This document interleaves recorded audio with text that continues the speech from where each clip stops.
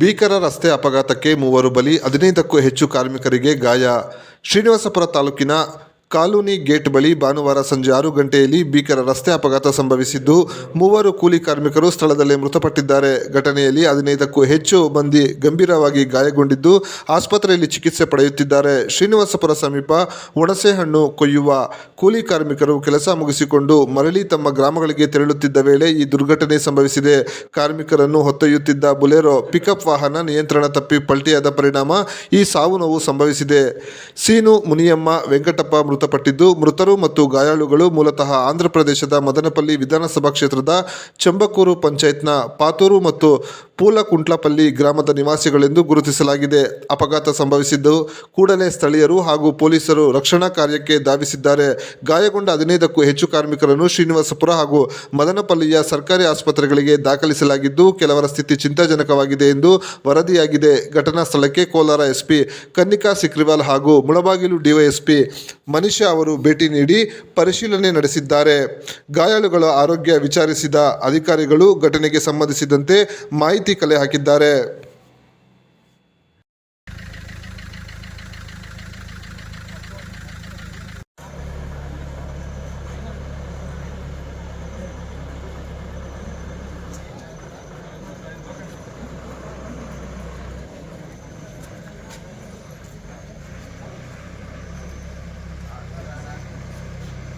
రాజపల్లి మేము ఇక్కడ చింతమానులకు వచ్చినాము.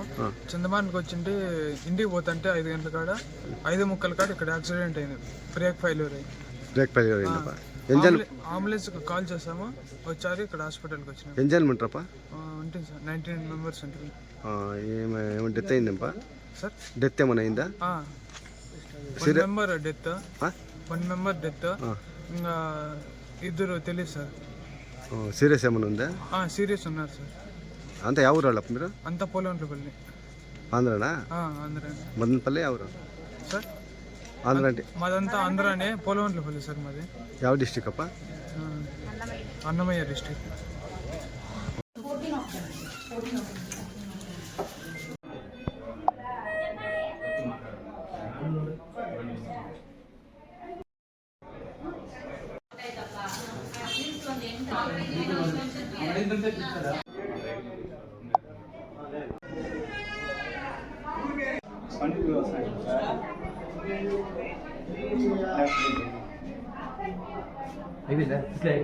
వీళ్ళ వాళ్ళ కేసు కాదు, ఇది వేరే కేసు.